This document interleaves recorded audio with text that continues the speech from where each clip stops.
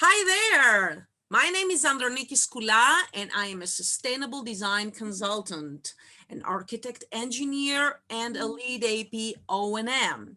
And I'm here today with my dear friend Silvia Ceria, who is the founder of D for Design, interior design and content creation studio with a focus on biophilic design and sustainability in the interior design industry.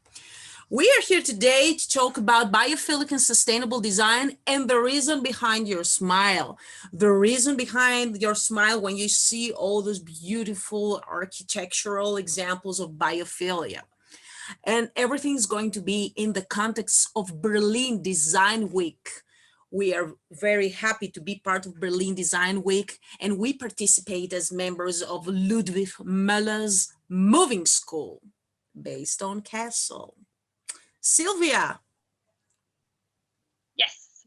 So in describing the pictures, we are going to tap into a framework of biophilic design, which is one of the most known, which was first conceptualized by Terrapin Bright-Screen, and that is created out of 14 patterns that describe the ingredients of biophilic design. So we will go through a gallery of pictures, analyzing what makes those designs biophilic. Great, great. We feel that you're going to love those pictures. And just to add up something more that next to the biophilic patterns that Silvia just mentioned, I'm going to mention some relations to the LEED certification, LEED or Leadership in Energy and Environmental Design, which is a green building certification program that recognizes best-in-class building strategies and practices. Actually, it's the permanent program for the design, construction, maintenance, and operation of high-performance green buildings. So let's start. Silvia, we start with your beautiful image, and la la la, here it is. Wow. See, okay, I can see it. Perfect. So in this beautiful patio, we are going to focus in particular on the wood covering, which, as we can see, acts like a telescope in directing the view towards the natural view of the ocean and those greenery. Also, in the way it is constructed so that it shields the outdoor space on three sides, it's creating more privacy, and in the context of biophilic design, it's making this outdoor space more of a refuge space. Also, if we look at how the wood coloring is created with these individual wooden slats, it's actually letting the light in, but at the same time creating a little bit of shadow and allowing a movement of light. So in biophilic design terms, tapping into the context of dynamic and diffused light, so that natural light can change towards throughout the day and throughout seasons. And of course, then from a more functional perspective, this wood covering is providing shadow, but also shielding from the breeze. If we concentrate on the view for a second, we see that, of course, a natural view is providing a visual and non-visual connection with nature. But at the same time, in this case, it's providing prospect, because this view is very much open into the distance, which is even more highlighted by the fact that it is kind of layered, because we can see a first layer of greenery and then in the background the ocean, which gives even more of a perspective of perspective, which highlights how much in the distance you can see. So this outdoor space is the perfect example of the prospect refuge theory, in that the occupants of this space will be in this shielded space, and at the same time they will have a very, very open view into the distance. And if we move for a second to the next picture, a couple of words about the actual design of this space, because we can see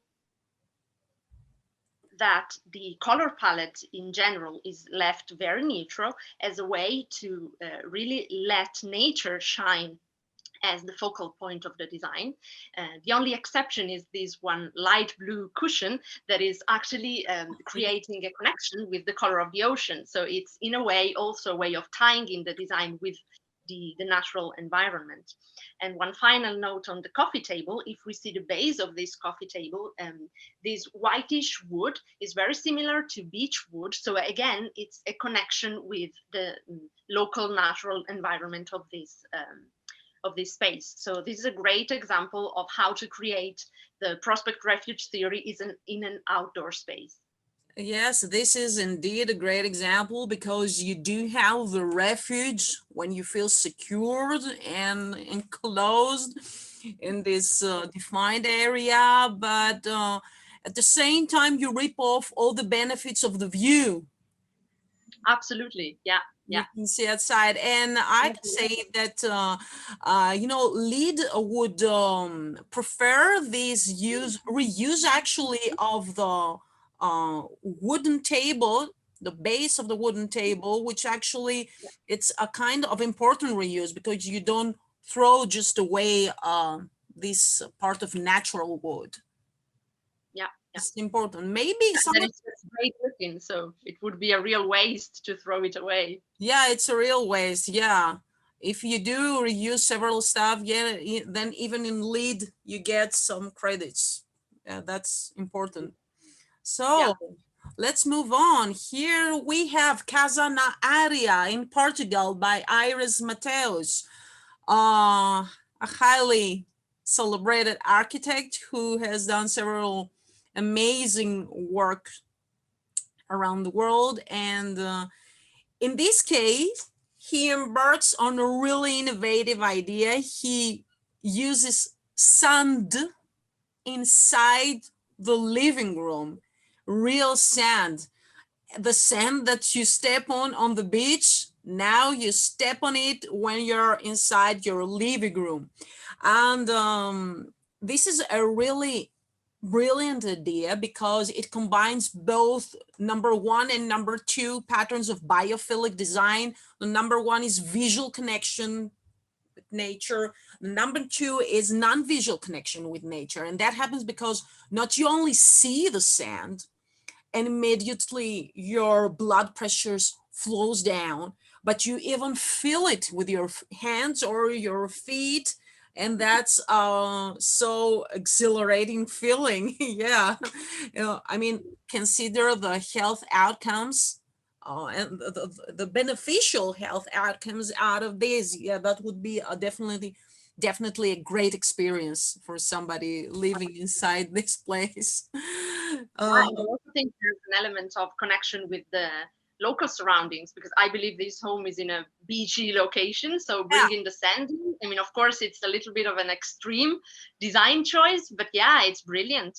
indeed, yes. And it makes you think that why don't we do it more often? Yeah, yeah, Yeah, I mean it. Yeah, it's all about thinking out of the box, right? And so yeah, sometimes it has to be, of course, meaningful for the kind of home that is. yes. But yeah, it's a brilliant idea, and why do we not explore more creative ideas? Yeah, Why truly. not? Yes. Okay, let's move on. Wow. Okay, so in this picture, we see this very interesting perforated facade, which is an interesting way of letting natural light in while protecting the privacy of the owners of the home, because this home looks into a street. So this is a way to shield it also a little bit. And as we saw in the previous example, it's also a way to create an interesting dynamic lighting, natural lighting, um, light and shadow play, because according to the time of day, to the seasons, the direction and the color and the quality of natural light changes. And this way of filtering these in is very interesting, bringing the dynamism of natural light indoors. This design is also an interesting example of what biophilic design calls natural analogs, which is reproducing the shapes and patterns of nature in man-made, designs, because we can see that the shape of this facade recalls the shape of tree branches, and the individual circles, are supposed to be the leaves.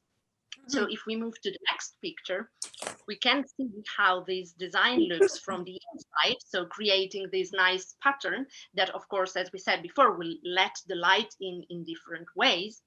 And if we move one more picture on, we see a close-up of these circles, which is a very interesting, design choice as well. Um, in the next picture,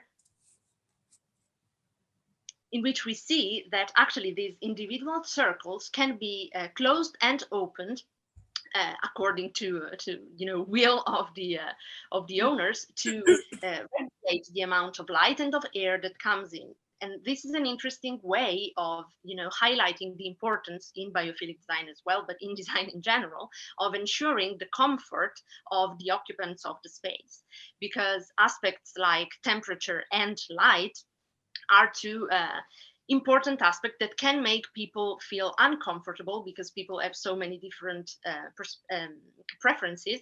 So letting people the ability to influence and just adjust their Yes, surroundings yes. to need, it's absolutely crucial. And here it's really a creative way of achieving it. So it's yeah, it's something again to take inspiration from. Yeah, it's definitely a so great example. And when I first saw that, I immediately thought of the honeycombs. The honeycomb. Yeah. Yeah. That's interesting too, because for example, I was thinking about more air or water bubbles, and that's great, because that's also the power of natural analogs, that sometimes you can make different people react to the different design strategies in a different way. So also depending on their individual experiences or preferences, you saw one thing, I saw another one, but it's still a relationship with the natural world. So that's also the beauty of it. Yeah, we both thought of those natural analogs. At the end of the day, Exactly. that's the point. So great. Yeah, let's move on. Wow, biophilic at its best. Home in Forest, USA, California, by Yana Pridalna. Well, here I can say that we have one of the most emblematic examples of biophilic design, and especially the pattern number 9 of biophilia, material connection with nature, because all the materials used here are coming straight from nature, and you feel like actually nature has already been there before you. That's the interesting part. The weight of Absolutely. this marble table, you feel that it was found like through medieval times, and then you just started adding the wooden chairs next to it and the elements at the top. You actually create around nature, and you don't create inside nature. This is so interesting. Very good architectural choice, very wise way of thinking and using the materials.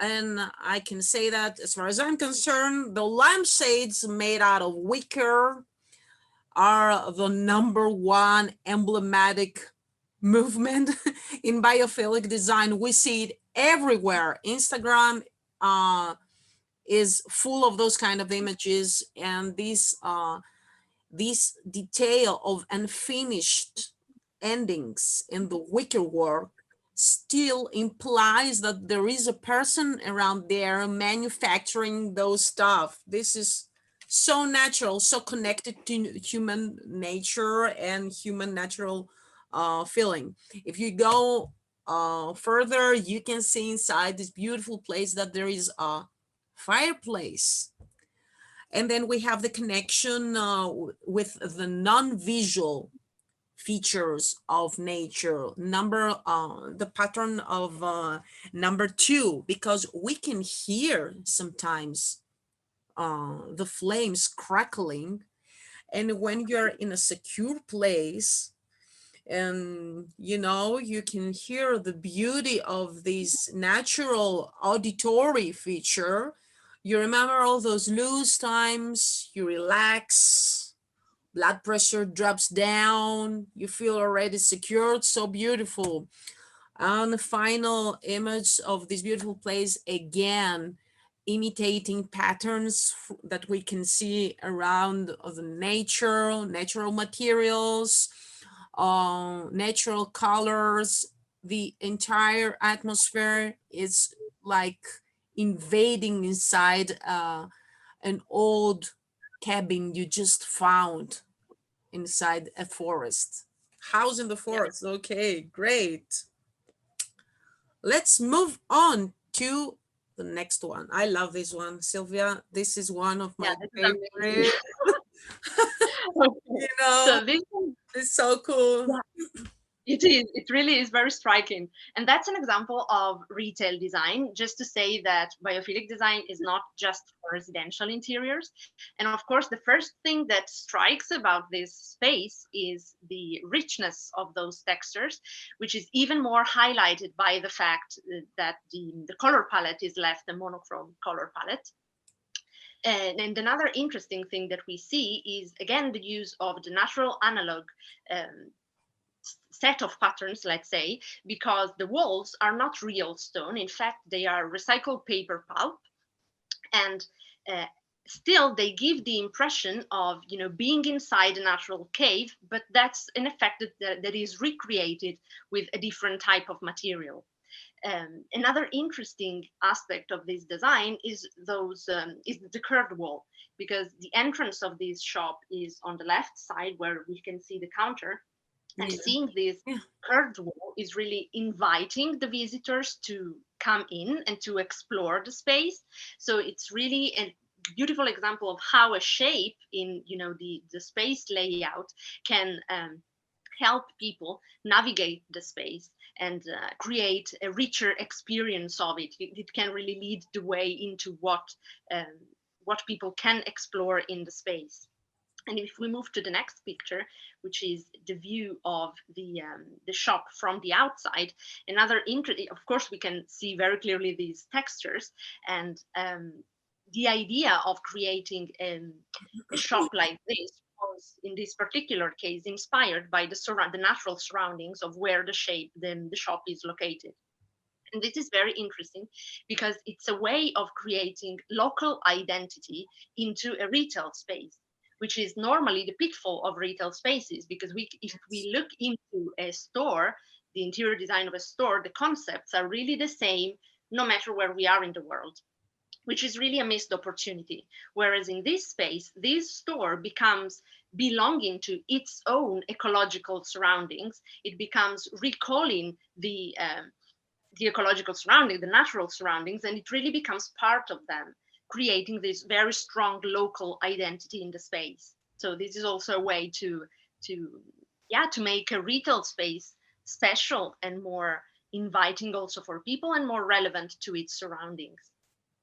Yes, I would say that I love the architectural decision over here with a curve Yeah, in the entrance, because you feel that there is a surprise after this curve. So the architect exactly. used very wisely this method of evoking several feelings that makes you want to go for that place. And as far Exactly. as the texture, yeah, this is so natural. You feel like you're in a cave and you just go Exactly. to the cave. Yeah, I love it. So great. And it is a store, yeah, which is Yeah, important. yeah, it's retail. Yeah, yeah. It keeps its identity back to the roots. I love it. Yeah. Okay, let's move on. Here we have the house with 4 courtyards. And the architect here is Andre Stabelsky. This is, if we could talk about lead, number one thing that lead would give you credit for. Green roofs, True. beautiful green roofs. Use green roofs, plants on the roofs, trees on the roofs, new natural ecosystem, revival of natural ecosystems on roofs, and you get some lead points. All those things are valorized in lead, and you get a privilege out of this. And unobstructed views, unimpeded views, huge glazings that give you a crystal view to flora, fauna, sky, or movement that gives you credit uh, when you pursue LEED certification, you should go for it. But if we stick to the biophilic here elements, I would talk about number 14, Silvia, risk and peril. Because with all those double height atriums, you can see here, and the double height floors and the transparent floor plan, because underneath of the cantilever corridors, you can see, you can watch the other floor, you get that rush, you get that feeling of, you know, risk, but you know, subconsciously, you know that you're safe, that you're not in real danger. And this is a great feeling, because unfortunately, as human beings, we cannot see the third dimension. We can only walk around first and second, but third dimension, we cannot fly. So when we cannot fly, we cannot see anything from a great height. And if we have this chance, and when we get to have this chance, we want to use that. So excellent use of course, visual and non-visual connection with nature, but also amazing use of risk and peril. That's a great example. Yeah, yeah. And yes, here also you can see what brilliant aesthetic this house have. I mean, when even when you look uh, at a door next to it, there is an open area full of ray lights, full of plants. This is so cool. I love it. Let's move on. Okay, so this is a small holiday home immersed in the Swedish woods, which is called VIP Shelter. And we are now focusing on this bedroom, which is located on a mezzanine in this tiny home. And is we can see it's just as wide as the bed. So it's the perfect way of creating, again, a sense of refuge, making the bed, the sleeping space, really kind of an alcove. But for sure, one of the most striking features of this design is the glazed ceiling. First of all, this prevents the space from feeling claustrophobic, which could have happened, you know, with a regular ceiling, Yeah, given that the space is so yeah. small. The first thing I thought of. Yeah, exactly. I mean, it's just from a functional perspective, this is what it does, but it also connects really with the outdoors and gives more prospect into the view with respect to what a closed ceiling would have done. And of course, being, you know, since the home is surrounded by trees and nature, it not only gives a natural, a visual connection with nature, but also multi-sensory, because you can really hear the sounds outdoors, since this home is really immersed into nature, into the forest. And the connection with nature also connects with connection with seasons, which really is the changing of nature during the year. So if we look at the following pictures, we can see to what extent the surroundings change during the year. And so we can see that, for example, in summer, it's everything is green. In autumn, everything is very orange. So if we move to the next pictures, we can see how dramatically it changes. Yeah. So here is more of the summer season, and the next picture is the autumn season. So we can see how dramatically it changes, right? So Wow. back to the bedroom, if we go back to the bedroom, we see um, we also, I mean, besides the glazed ceiling, we can see on the sides all of those windows that, of course, are more for a functional purpose, because they allow ventilation in the space, natural ventilation, and also they give an additional perspective into the outside. And last but not least, as a design decision, the fact that everything is black is really highlighting how much this space feels like a den. It really creates this refuge feeling also with the color palette. And it allows, you know, if you look into the picture, you really see that the only accent color is nature. So really kind of downplaying or making choices in the design that are allowing nature to be the focal point of the design is really something that we might be thinking about, and that this design is really highlighting a lot. You know, autumn is my favorite period. Yeah, the colors are spectacular. The colors are out of this world. I mean, this image here is something that I Yeah, totally fantastic. adore. I love it. This is amazing Yeah, example. Yeah, so cool. yeah, that's great. Yeah, it's really, really great to see how it changes throughout the year. So it's really Yes, a connection with the changing world. from this to this. Yes, so Mind cool. blowing. Yeah, really cool. So, oh, Sylvia, this is so great. Yes, yeah, great examples. So, grande house. So, is that a grand house or la grande maison? I don't know. Anyway, grande Well, house, you got Spain. it all right. Grande house, Spain. Architect is Lando Blanco. Um, what can we say here? Everything again, visual connection with nature, glazings, and non-visual connection with nature by touching all the so naturally made materials or even found already materials, because I have a feeling that the rocky wall may have been already there for years, centuries, Fine. decades. Yes. This is kind of reuse, and this is great example. I love how the modern kitchen on the one side communicates with the more natural elements on the other side. So here we have a reuse, a possible reuse. So go on, reuse if you want that LEED certification, reuse.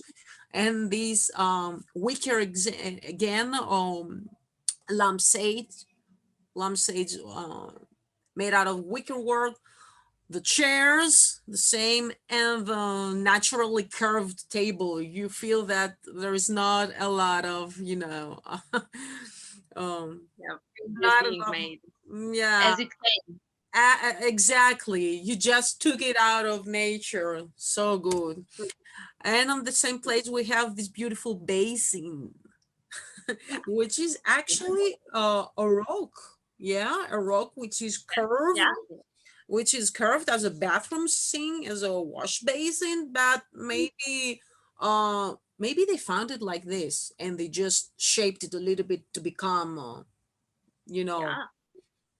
yeah, something you Yeah, never. for sure. It's a natural rock. So yeah, Natural rock, it's yeah. you can at least So in think that it has been sourced from nature and then modified. And that's also a good example, I think, that when we see, things that we find in nature can be repurposed in different ways. Who would have thought in yeah, another, situation of using a natural rock as a basin? There are so many ways in which we can transform wooden pieces, rocks, to serve what we need inside a home. yes, of That's course. Cool. So next picture. Wow. okay. So again, an outdoor space.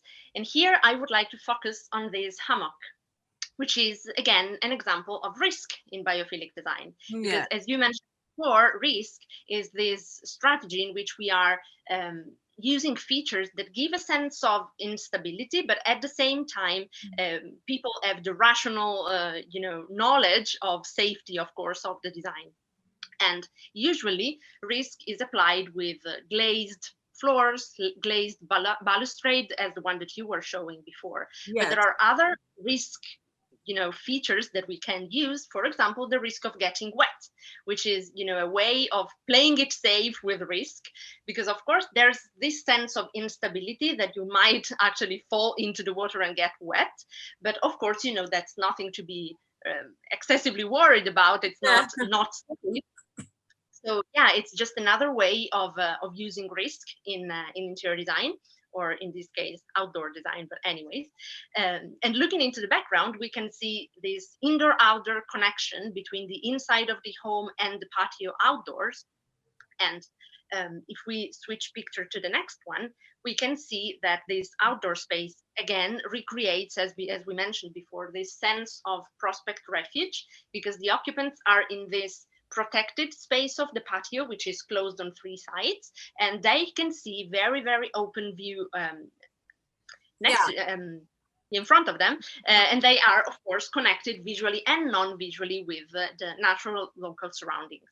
Yeah, So you stay again, safe and you just get the benefit learn. out of it. You just look. Yeah, that's so cool.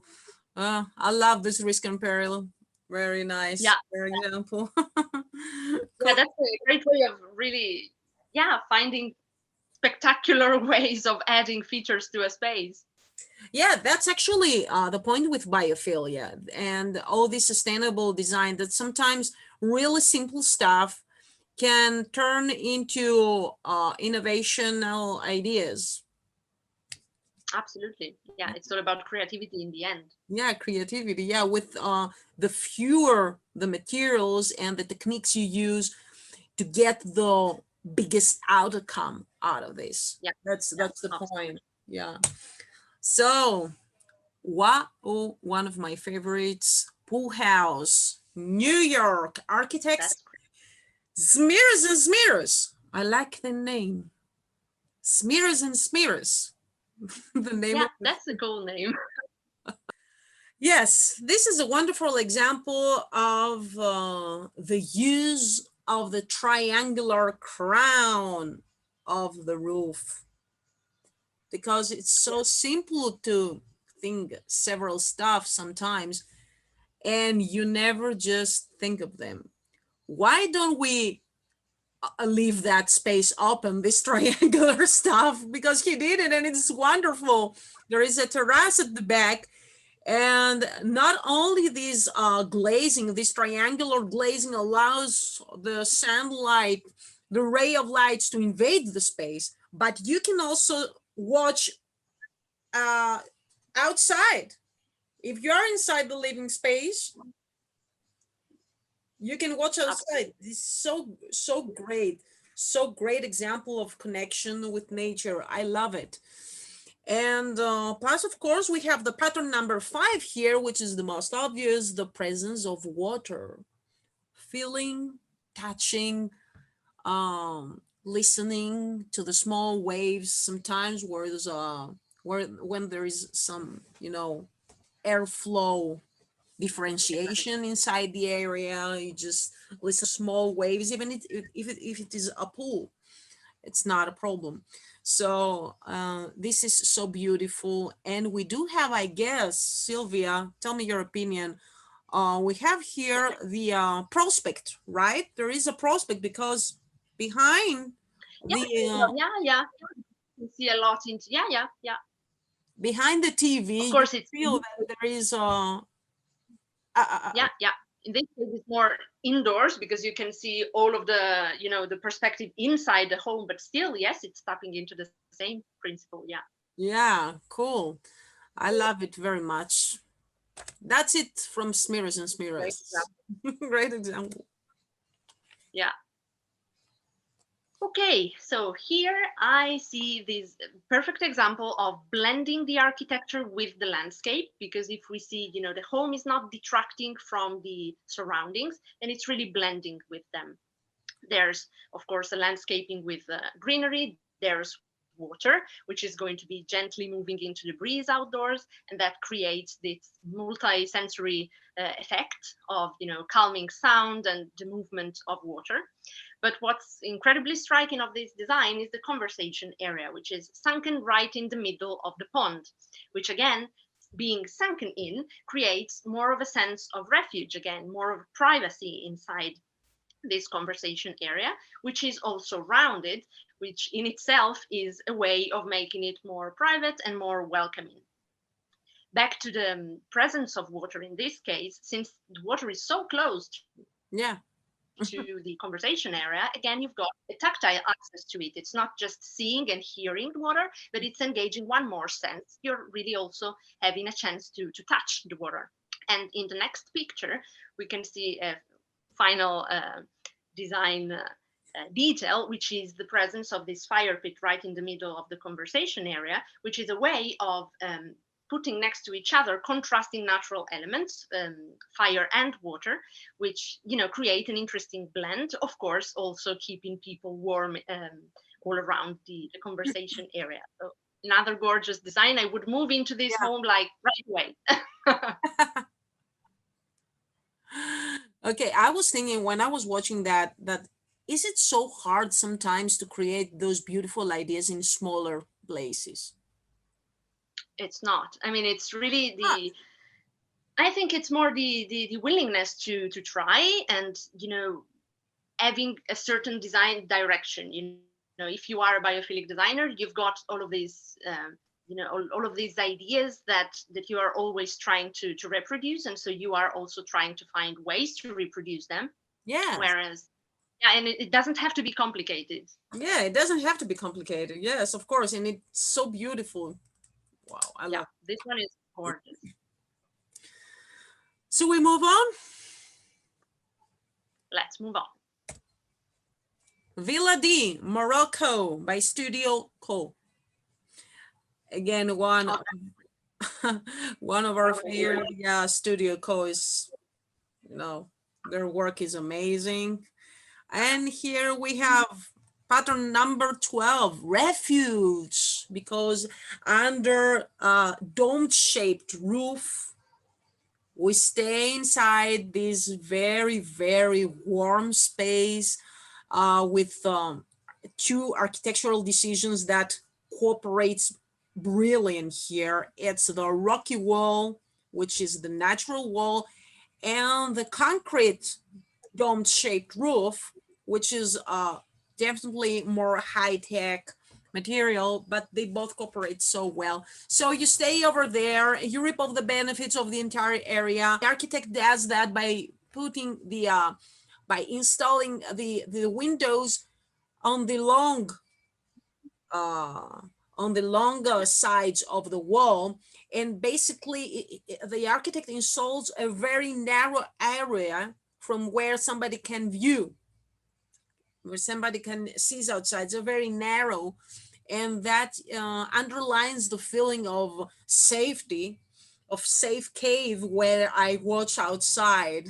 Yes, and yeah. the same beautiful example here has also this amazing simplicity here.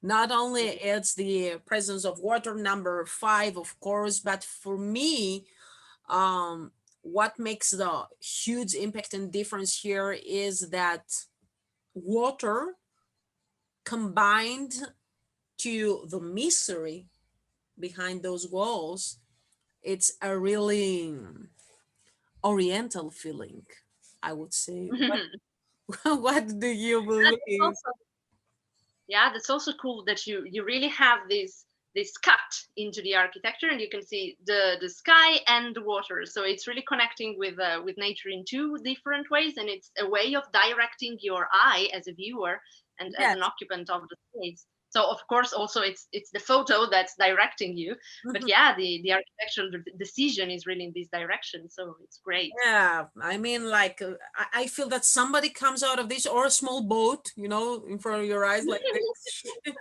Yeah, pattern 13 mystery, so cool. Yeah. Okay, let's move on.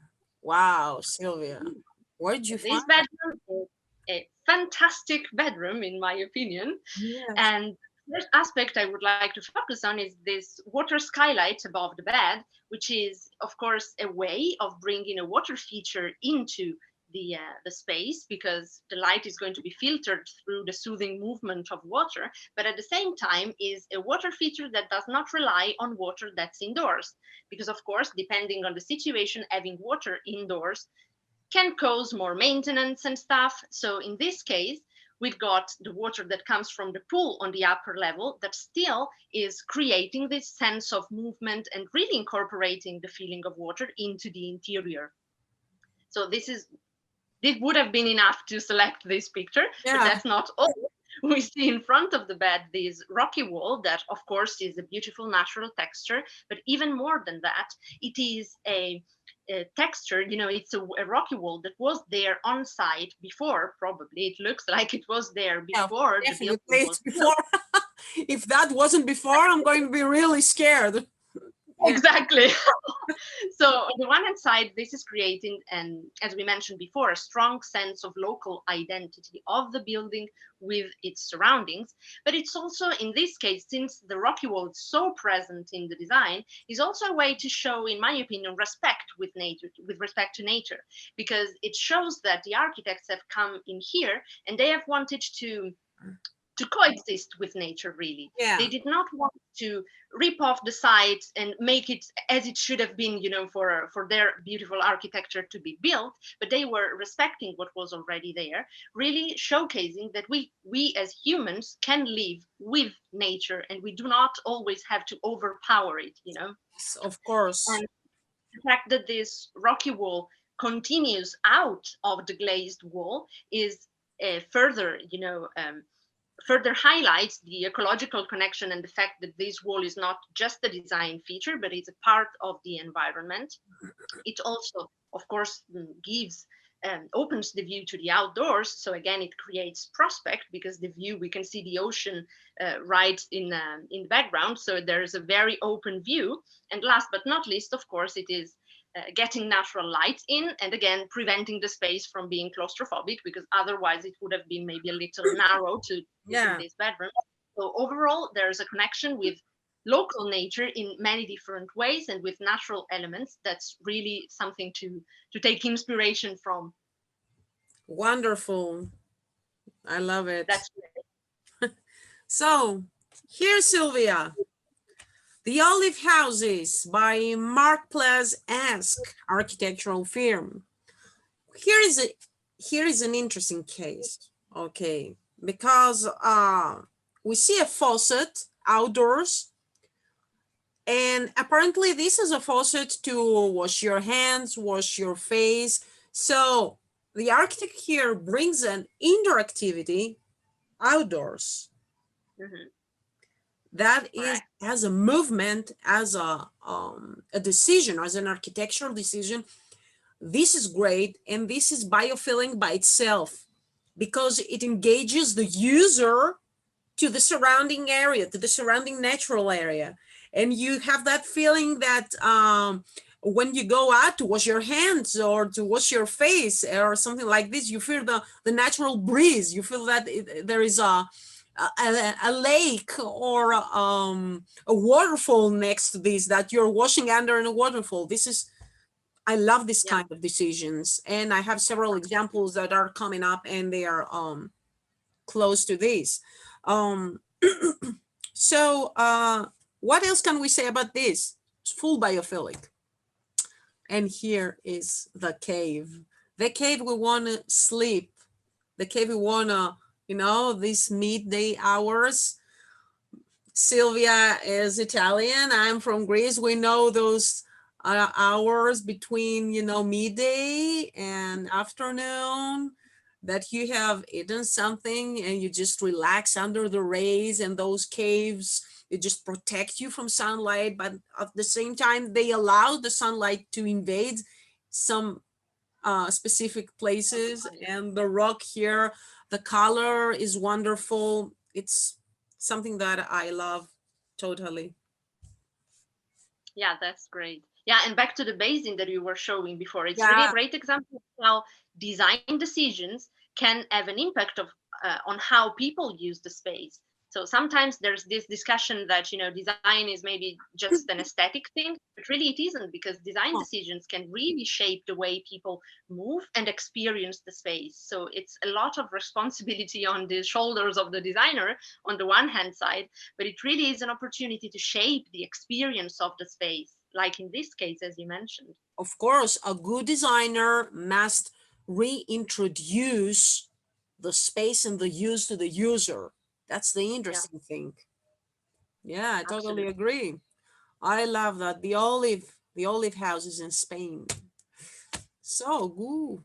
Great. Okay, so here we see a bathtub that looks into a natural environment, which is an example of how a water feature can be functional at the same time, because biophilic features don't just have to be decorative, they can be incorporated into the functional, activities that we need inside an interior. So in this case, this bathtub is creating a connection with nature in the sense that people are, soaking into water, but it's further connecting with natural water because outside we can see there's a pool. So really the person will be soaking in water, looking into water. So experiencing water in different perspective and from different senses. So this is great. Another element is that this bathtub again is partially sunken into the floor. So again, it's more private, it's more enveloping to the user. So it's creating more of a sense of refuge again. And of course, since it is looking outside, it's creating a visual and non-visual connection with nature in general. If we move to the next picture, we can see the outside, what the user of the bathtub sees. So we see this pool, which not only is a pool, but it's an infinity pool, which is another example of risk in interior design, because again, you cannot really see where the pool finishes. It gives you this sense of being unstable, but of course, it's perfectly safe. And again, the water and fire together are, juxtaposing two contrasting natural elements in the same space, which again is a way of, bringing two natural elements in the same space and in the same place. If we compare the indoor and the outdoor, another interesting thing that we see is a continuity in the materials that have been used. So again, this is helping to create an indoor-outdoor living experience of the space where you really get to blur the boundaries between what's indoors, what's outdoors. And this is great to, again, as we mentioned before, to help people use the outdoor just as they use the indoor and really expand their activities into the space with respect to the space that they have at their disposal. And the same way, as we mentioned also in a previous picture, the natural color palette is again letting nature shine and is not detracting from it. So it's really blending with the natural surrounding and not trying to overpower it, which again can be seen as a sign of respect of what's the surroundings, a celebration of what nature gives around this building. I can say one thing. People, if you go for LEED certification and you have a space where you have an unobstructed view through a crystal glazing with no frosted things or anything, and you can watch water, you can see trees, you can see pines, and you can see fire, you are done. That's done. Ciao. At the certification, I mean, this is wonderful. And I love the marble, the bathtub made out of marble. This is amazing. It underlines the feeling of, grounding, the feeling of grounding. Yeah. So cool. That's great. And the fire. I could take a bath there. Yeah, I guess all of us. Agree. But they are simple stuff. That's I would like to tell to the people who are listening to us that they are simple stuff to do. You don't need huge spaces to make a good use of natural elements and to make a good use of the tools you have as an architect in your hands. Totally agree. Yes. You know where that is, huh? Can you tell? Go. Greece! Greece, 12 points. Hello, Greece, the rooster. This is a wonderful resort, wellness and lifestyle resort, actually, created by Voice Architects. And it's in Antiparos. Beautiful island, yes. As you can understand by watching those two images, and I show them both simultaneously, this one and this beauty here. In Greece, we do not need roofs. Yeah, exactly. That's quite clear, isn't it? People, it's quite clear. Yeah. For half of the year, we don't need roofs because we just don't need roofs. It's obvious that there is no need of any That's roof. you guys, come on. Yeah, no. Like, come on, in Italy, you don't need two. Yeah, in the biggest part I of mean, it Italy. depends on part of it actually. In the Yeah, southern part, okay. In the north, you do, yeah. and pretty sturdy ones too. Yes, the northern part is so different. Yes, but Yes, I know. the southern part, yes. Well, in Greece, during summer, we barely need any roof, as you understand. And this is a great example and excellent decision from the architects, designers, and the photographer who outlines, who exposes this feeling that there is a this not disconnection, I would say displacement of indoor activity to outdoors. Yeah. Yeah, pattern number 1, 2, connection to nature, uh, non-visual, visual, trees. You wash your hands, you can see the plants at the back, and simultaneously you feel the fresh ray of lights on your face. I just want to notice, to underline here, that the wall um, on the right has this pattern of bricks, Yeah. which is a natural pattern, a traditional way of assembling those bricks, the one to the other. And I would say that this is an example of complexity and order, maybe because it unveils the structure of the wall. Yeah, it's also an example really of create, because when we say Yes, creating a connection with the local environment is not only with the ecological environment, but it's also the cultural one. So of if you course. say this is a traditional way of assembling bricks, it is really bringing a piece of history, of Greek history, into a modern building. So yeah, it's a way of creating again a connection with the making this building part of its own surroundings. So yeah, Yeah, it's an example of that too. exactly. I think that pattern 10, complexity and order, it's here, it's obvious. Plus possible reuse that I can detect here. Maybe the wall on the left is already there, the floor, um, a lot of Yeah, stuff. it This could is so cool. And during the night, this beautiful area, yeah, to drink your coffee, your beverage, whatever, your drink. It's so, so amazing because you have a straight view to the stars.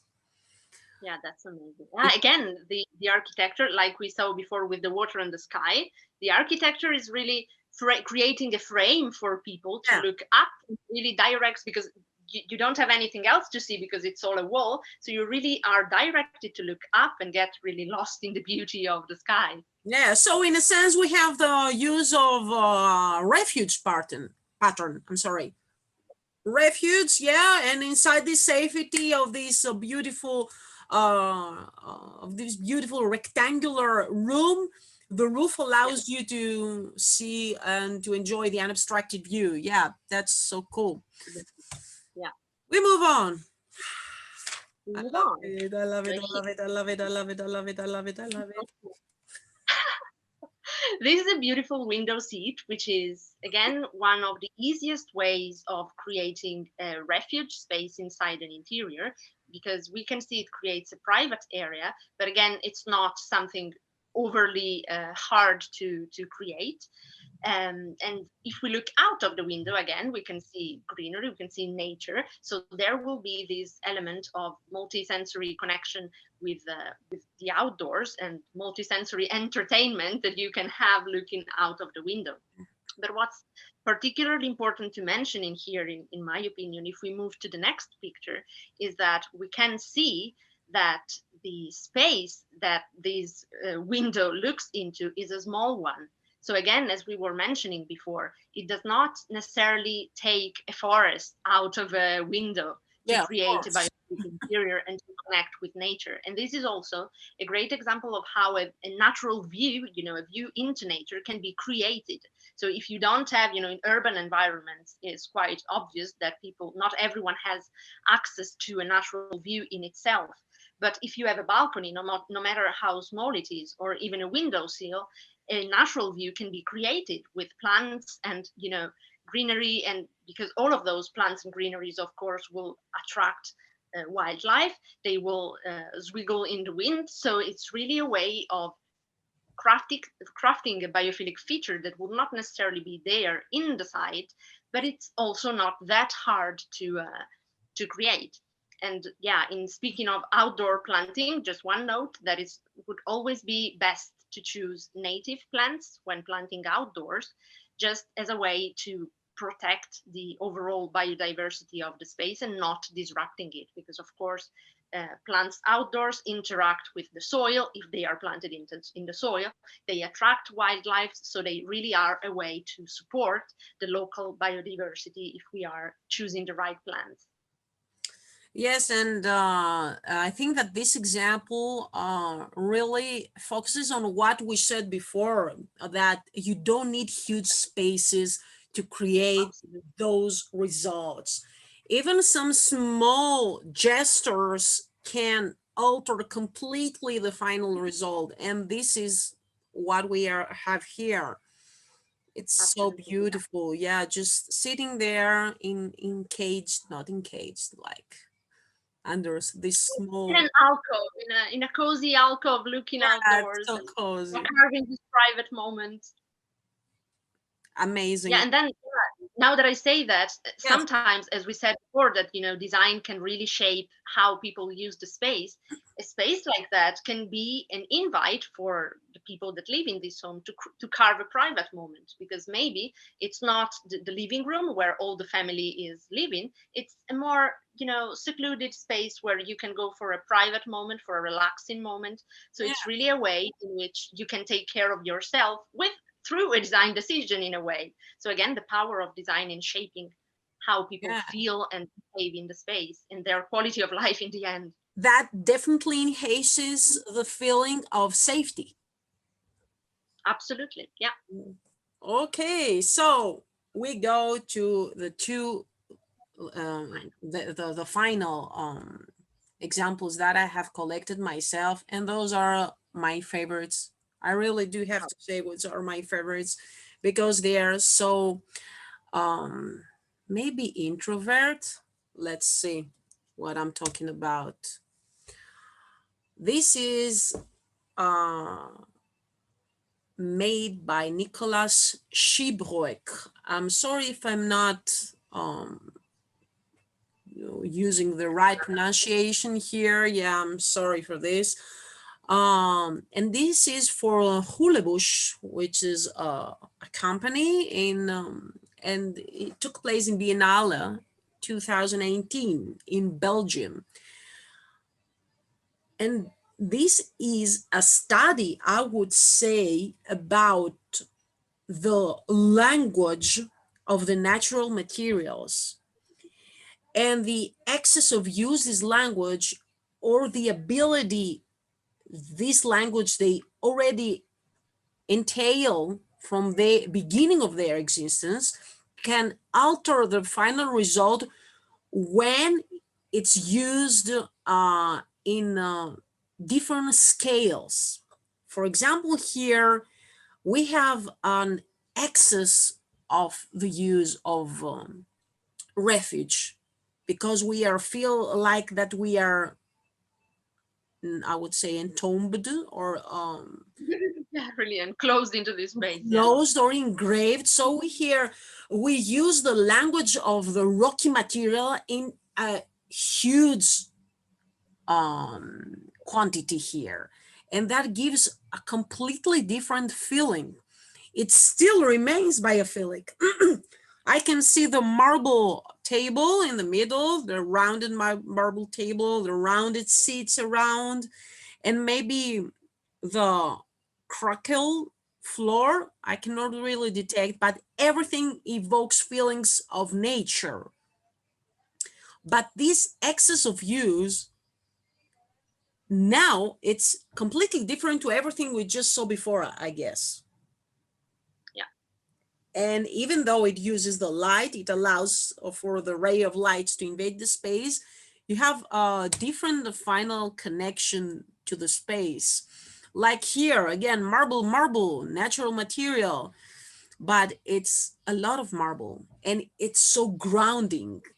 It's Yeah, so it is. primitive, even though the shapes are pure shapes, and it's obvious that they were not naturally cut.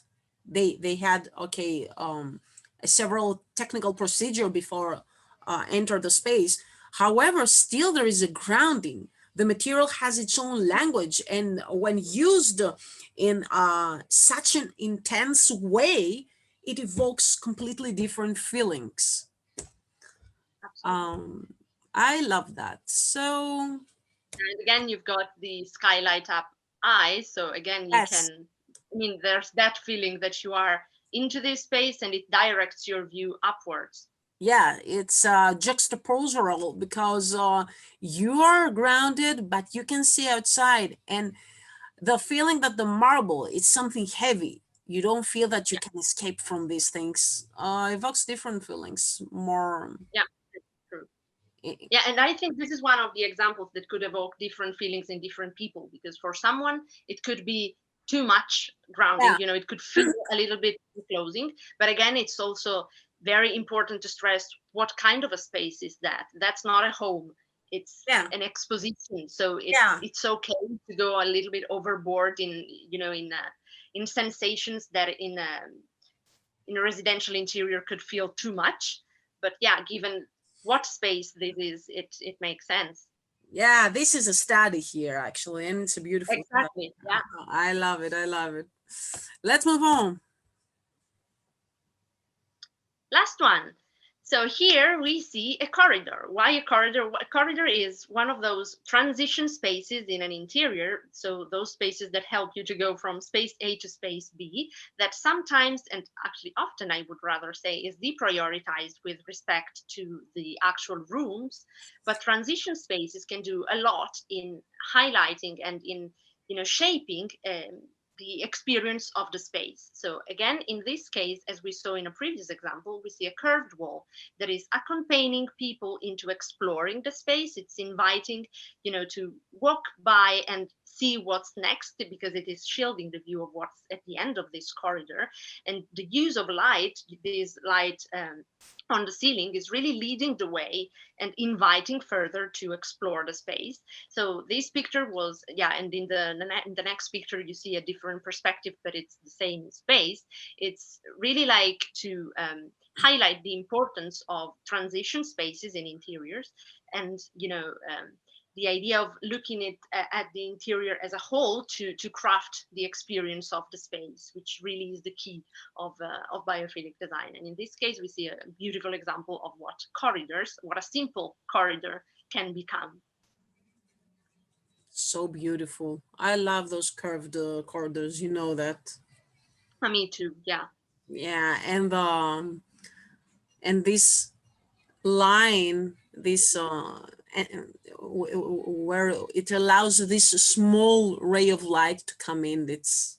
It's Yeah. Yeah. amazing. It you can tell it's a really well designed space. It's not something that has been added afterwards. It's well thought and engineered, you know, to Yeah, come to this. everything are painstakingly made here. Okay, yeah. Yeah. My favorite. That's it. No comments. Dear people, Still Room in Belgium, Studio Corkino. It's one of my favorite. What can we say about this? This is actually an already existing place, and it's a good thought for people to have a look at this in everything that we talk about. It's a good opportunity to have a look on everything we already discussed today, because all the examples are amazing. Everything that we saw today are wonderful.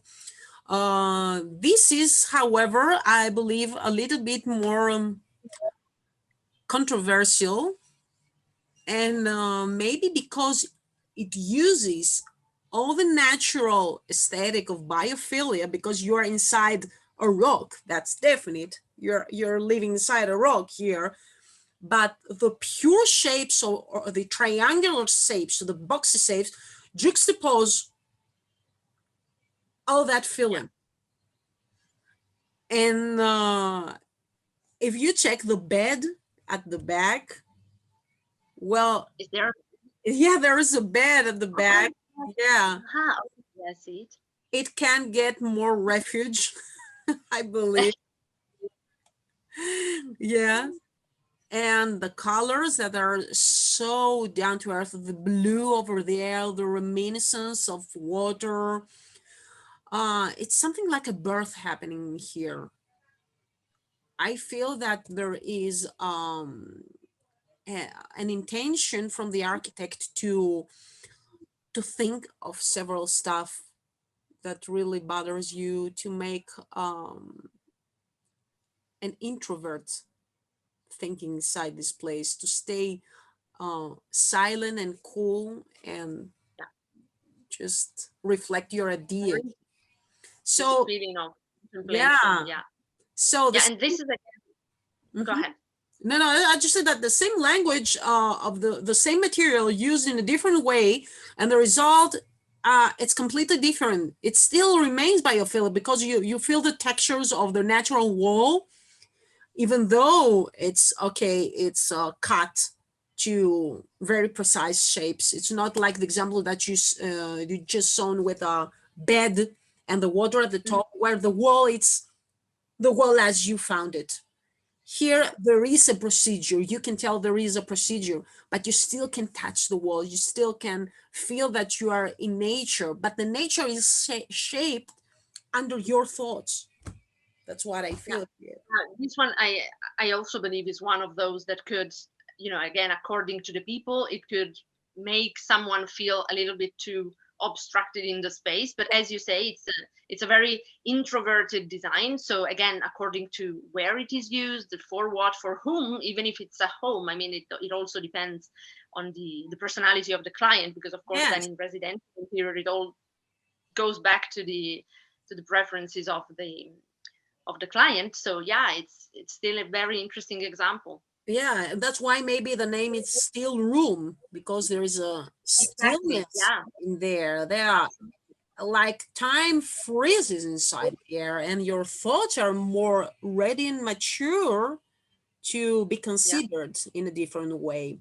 And I love also the complexity and order there with the bricks, that you can see how the bricks are put the one over the other, uh, because it's Yeah. And since traditional this old kind of technique. design, Yeah. yeah. And then, since this kind of design is called a still room, so we can clearly see it evokes feelings of stillness, we Yeah. can also think that the opposite of this design would evoke opposite feeling. So again, as we also touched on before, the shapes, everything in a design can be helpful in creating a certain experience of the space. It's not only the aesthetic of it, but it's really what it creates as a feeling to the occupants of the space. So yeah, this is really the end of it. It's not just design is not just aesthetic, it's No. not just aesthetic and function. It's really about how people feel inside a space.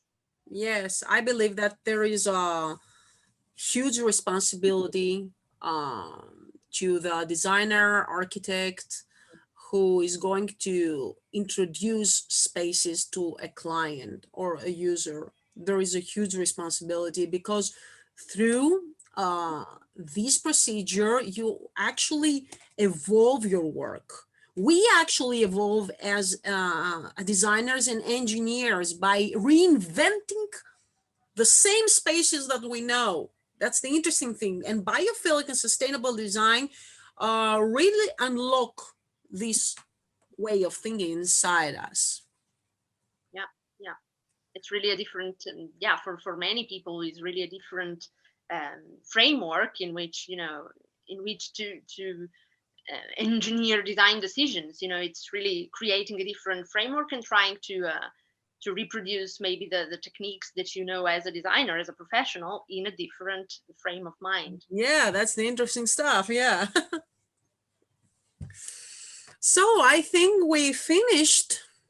Yeah, we got to the end of our gallery. That Yeah, was a pretty, I mean, staggering amount of yeah. of pictures. And it's sad. I wanted more. I expected more, but next time. Yeah, exactly. Yeah. Yeah, but all beautiful examples, really. Yeah, very beautiful examples. And just to let our friends know that they can follow all the program in Berlin Design Week. And that me and you, we are always here for them for any kind of advice or cooperate with us, work with us, give us several ideas. We are professional in our fields and we are at their disposal always. Yes. And they know where to find us. There will be the the references in the description somewhere. And That, also all the references of the picture credits will be listed in the description of the video. So in yeah, of the course. And further already steps. the links are available and all the credits are written on the pictures, but the videos that are going to be uploaded will have again everything, all the credits from everyone who has worked on these pictures. Exactly. Okay, so my dear Silvia, I will send you my hugs to Switzerland. My hugs to Greece. Thanks for having me. It's been great. It has been a pleasure working with you. You're a great person. Come on, go Thanks. on, work with Silvia. She is an expert in the field. She's great. Yeah, Yeah, wonderful I mean, this person. is also, yeah, it's also, I think it, as we discussed before, starting the recording, it's really an interesting, yeah, personal story, because we didn't know each other before, and it's been an interesting working relationship. So yeah, thank you. Yeah, but people, sometimes there is a reason they meet, I believe. I believe that too. There is a reason. So I would like also to thank Alexandra Klatt for having us in Berlin Design Week. All our friends there, people who cooperated for this. And last but not least, Ludwig Möller. Ludwig Yes, of Merlo, course. who is the mastermind behind Moving School, the innovational moving school. Moving school, yeah, people can check that. We also have a lot of details regarding Moving School. You can find the details on the videos. In Berlin Design Week, there is a coaching team, and Moving School. It's, I believe, the future in innovational way of Thinking. promoting knowledge Yeah, through working on the stuff that you want to really get to know better. This is something yeah, innovational. You're not just taught something, you live inside it and you get the information. Movie school is a great opportunity for people who are interested in that field. uh, yeah. Thank you, Ludwig. Thank you, Kassel. Thank you, Sylvia. Bye bye. Thank you. See you. Bye, everyone. Thanks for being with us. Bye. Thank you for being here. Thank you, people. Thank you. Bye. Bye.